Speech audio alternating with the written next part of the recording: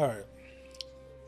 So I took some time with this on stream last night, and while I did express my thoughts and some feelings and stuff like that, I wanted to take some time alone and kind of just discuss some things.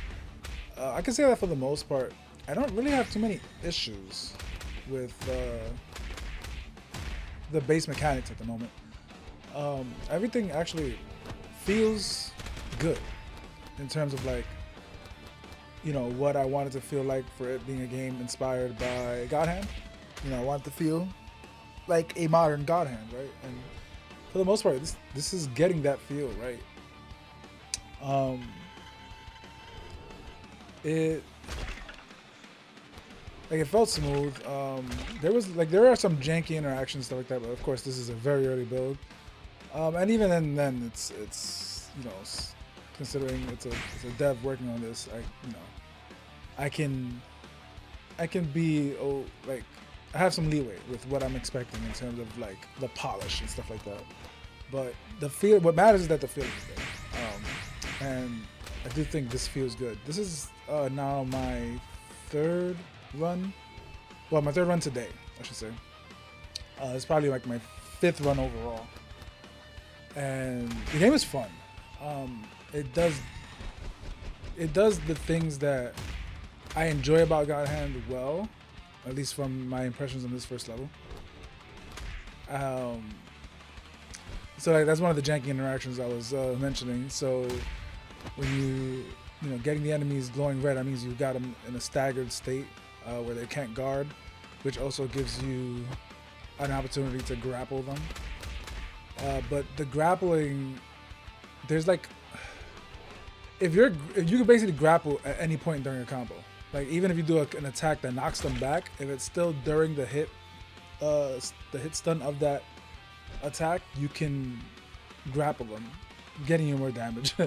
Which, I mean, I guess it's technically something you could do in God Hand, like to, beat them up before you beat them up a little before you go into the context sensitive moves. But it's just a grapple here. Although I did learn later on that there is an air grapple which leads to like an Azuna drop, which I think I might do here. So I'll definitely do it soon, which I thought was kind of sick.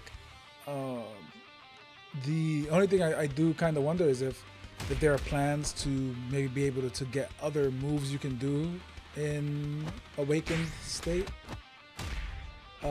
which is what uses those red bars in the bottom. It'd be cool if you get like other stuff you can swap out, like instead of just having the Shoryu and or the flurry of punches. But other than that, I do think it's kind of cool that there is some uniqueness to the grapple depending on how you go about it. Maybe one for when opponents are downed would be nice too. Again, but like these are like minor things, not really super important. More so like I guess maybe cosmetic stuff. Also, I was taunting to see if it will cause the enemies maybe act differently like it does in God Hand. I can see that might be a thing, but maybe it's just not in the game yet. So I won't really comment on that at all. In terms of like attack animations and how things work, so I think the attack animations in regards to like how you go about dodging are well done. Meaning, attacks you see, like attacks are dodged the way you think they should be by seeing them.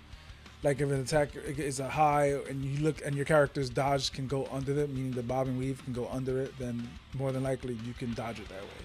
If you see like it's an attack like an axe kick or something, you're gonna have to sidestep it. The bob and weave won't be enough. Same thing with low attacks. Bobbing and weaving won't work, and sidestepping won't work. You have to backflip, unless the sidestep steps out of range of the attack. You will have to backflip to avoid getting hit by it. Of course, the one thing this game does have that God Hand does not is a guard. So there is also guarding. The guard. So I think the guard. It's weird. So The guard system also has a just guard system, similar to like Lies of P. I won't compare it to Sekiro only because Sekiro's counter or parry system does actually physically affect the opponent, like the enemy you're fighting. In this game, it doesn't physically affect them. It just builds stagger meter on them like it does in Lies of P, which is something that I really actually don't like. I feel like there should be something more. Like there should be another reason, a more rewarding reason to go for perfect guards, honestly. Like, because the enemies can guard break. Like the enemies can guard, I guess, perfect guard you. And when they do, it like staggers you. As in, it's like it interrupts your animation. And while you're able to cancel out that interruption by dodging immediately, it's still something that interrupts your animation, right? And if you're not like if you're not quick enough to react to it, you can be left open to an attack. So it's still a punishment. I feel like I understand maybe not like every single perfect guard would stagger an enemy, but maybe if you land, like if they do a combo and you land maybe 3 perfect guards in a row, the third one should interrupt their combo. Like they shouldn't just be able to continue their combo. That is just a personal thing. I understand that it may not be something that other people share, but that's just something I did not like in Lies of P, because you could perfect guard, and yeah, it built this invincible stagger meter that will allow you to get a critical hit, but it doesn't really do anything in terms of interrupting the enemy, and I feel like that could become an issue in the later parts of the game, where enemies, getting stronger, and you have to deal with more, and it's like, I don't know. I just don't feel like there's enough reward to warrant going for it. Like I'm doing it here because that's just me, because I want to use all the mechanics, and and see if I get any bugs or anything like that not working properly. So I'm going to use everything in my disposal. But I think in an actual playthrough, with the way guard works now, I would probably avoid using it, unless it was like, I'm starting to learn an enemy or boss's pattern. I'll just get a guard in there, maybe just help build the stagger meter, which you can build normally anyway with just attacks. The dodging, the movement, like I said, the movement and everything feels good. I did have some weird interactions, which I'll have to, I guess, cut in from an earlier playthrough. But it seemed like it was mostly because of like things in the way, which, I guess just happens, right? Like there was one where one of the big guys, or big girl, I'm not sure what they are, but big guys, kind of. I went to attack them, but they were one of those light posts were in the way, and it was weird. It was very weird. My attack missed, and they kind of like countered me, but it was very strange. And that was another interaction with when they were on top of like an enemy ended up on top of a wheelbarrow and stuff like that. So like things like that, I can understand, because it's not a situation you would find yourself in regularly. But for the most part, things, I didn't encounter really many bugs. Actually, I didn't encounter bugs at all, if I can think of anyway. I did like that. So like these guys, these ladies, the unorthodox fighters, and just being a harder enemy in general. So they tend to like guard break you more. Not guard break. Perfect guard you more, which keeps you on your toes more. I did enjoy fighting them, and it's cool that you do. I do like that you can learn attacks from them. I'm interested in seeing what other enemy types you will like other unique enemy types, I guess. As you go further in the game, that will give you other moves, because I think it's cool that you learn moves from the moveset that they're using. I actually really enjoyed that. Like for the first one, you get the Tatsu. The second one gives you that one low kick. I forgot the name of it, and then you get the flying cartwheel kick from the third one. And so basically, you're taking moves from the opponents you're defeating. Like it feels like like you're learning their style as you're fighting them, and I think that's kind of sick. I actually like that little gimmick, aside from just finding the moves and chests and also buying them. Oh, what else do I have? What else did I have some pointers on? I don't know. I think for the most part, I can tell that you've played God Hand quite a bit, because even with the way the enemies come at you, like it's crowd control is a very like, I know everyone always talks about the combat and the move and how you can create your own move list and stuff in God Hand, but there's a lot more to that game, and things that I enjoy about it. The crowd control being one of them, and you seem to have a good understanding of like, hey, it's not just about you fighting; it's also about your positioning and stuff like that. You got to worry about all these things, and that's one thing that kind of really gave me that God Hand feel, where like I have to be more aware of my positioning, even though I have all these tools. Like it's easy to get cocky because you have all these tools and then plus more with the guard, and forget that you can easily just get dropped. One thing I didn't make a comment during the stream, and I do want to make a suggestion. I like in the move list, I see that you can adjust or change your running attack with X, which I'm guessing you're gonna have like more attacks that would fit in the running or the sprinting attack, like animation wise and stuff like that. What I wanted to suggest was that maybe adding another button for Y, for like sprinting Y, because like I did go back and play some God Hand earlier before this session, just to be a little more fresh going into this, and I was pretty sure yesterday that there was 2 running attacks in God Hand. I just wasn't 100% sure because it's been a little bit since I played it, but yeah, and I was right. I was like, you have a sprinting attack for both both square and triangle, which are your light and heavy attacks basically. So I think it would be nice to have the same treatment for the Y button, where you could have a different sprint attack. In the case of God Hand, you have the flying kick and the rolling tackle. So yeah, adding maybe like technically you're giving even more customization than even God Hand did, because you can choose your running attacks, which I think is kind of cool. Actually, I think that's a great choice there, personally, because the customization obviously is the main draw for God Hand. Like being able to create your move list based on the things that the things you learn and you find in the game, and creating a move list that works for you, and making it work for you, and using it to deal with situations and stuff like that.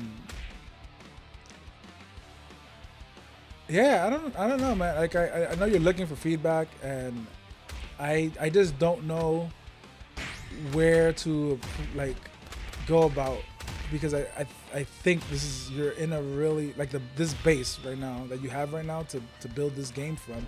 I think it's in a really good place. I think it's for what you're going for. I think it's very solid. You just kind of gotta just build around it more. And that's obviously gonna take a ton of time and stuff like that.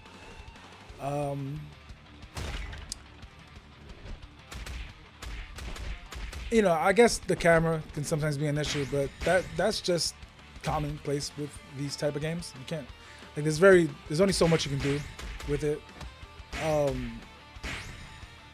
I think the camera for the most part is fine. Having an actual lock on, I think, is a good idea. And allowing you to switch with the analogs I think it's fine. It took me some time to get used to dodging, which is why I kind of wanted to do a recording also, because I was kind of getting my ass kicked on the first run, because I was still using, like in my head, my brain was still defaulting to using the right stick to dodge, and I was just getting slapped by stuff when I was trying to dodge and instead was pressing the right stick, which was moving the camera around. So now that I've gotten more used to it, I wanted to go through it better. But one thing I did have an issue with, which I will also cut in and show here, is that, you know, before I continue the gameplay, there is an issue with forward dodge and sometimes getting your sprint attack when you forward dodge go into an attack. I don't know. The only problem is I don't know how you could go about fixing that. If there's like a way maybe you could create a delay before you're actually in the sprint state from a forward dodge. But there are times where I go forward dodge and like wanting to like close into the distance, and I go forward dodge and to attack. And if I do it like too quickly, I end up getting a sprint attack instead of getting like the starting of my combo. And it happens. It's happened sometimes in key points, especially during the boss fight, where it has gotten me like comboed because I'm trying to react to something the boss did, and then I forward dodge because he was just out of range, and because of the startup of the sprinting attack, I end up getting smacked up. And so getting that when you don't really want to and you're just trying to close distance or something like that can definitely be an issue, especially if you're dealing with like larger groups of enemies and, you know, it comes out when you don't want it or when it's not convenient. So I don't know how you could go about fixing that, but if there's a way like maybe from forward dodge that, because I understand why that's why sprint is, you know, tied to the dodge button. I understand it makes sense, but if there's a way to like maybe delay what the game considers the sprint state so that happens less, that would be great personally. That was probably the biggest issue I think I encountered. Yeah, I don't know, man. I really, really, really can't wait to see more. Like, I was actually very, very impressed by this, considering how early it is. The feel of the game is very, very good. You know, it doesn't feel like when I'm walking around with the character, especially like during combat, it doesn't feel like he's just like gliding or ice skating across the floor. Like, I feel like when I play some of these like these very, very like early like Unity games and stuff like that, like everything feels like it feels weighted. The character feels like your character, while he feels fast and agile, he still feels like there's weight in his movement. And same for the enemies and stuff like that. Yeah, he kicks my ass this encounter, but I do get my get back. But yeah, no, it feels really good, and I think that's the important part, is that it feels good for what it is. And I would love to see obviously more moves and stuff like that, to dabble with like more combo strings and etc. But like with what's there, I was still able to do some, you know, cool things, and I think that was what I enjoyed more. So yeah, I don't know, man. If there's anything else that I could that maybe you want to know from me, you can gladly. I have no problem like answering any questions. I'm also interested in like if this is gonna give me access to like later builds. I'm also interested in seeing like what you do, what you add to it. Yeah, man, just keep up the great work. That's all I can say, honestly. I really, really, really enjoyed what I got to play. And when I streamed it, for the most part, everyone had a good impression with it. Everyone had seen what I was playing, whatever, and said it looked pretty solid. Didn't think it was an alpha build or anything like that. And I'm like, this is probably pre-alpha at this point. So yeah, just keep up the great work. I can't wait to see more.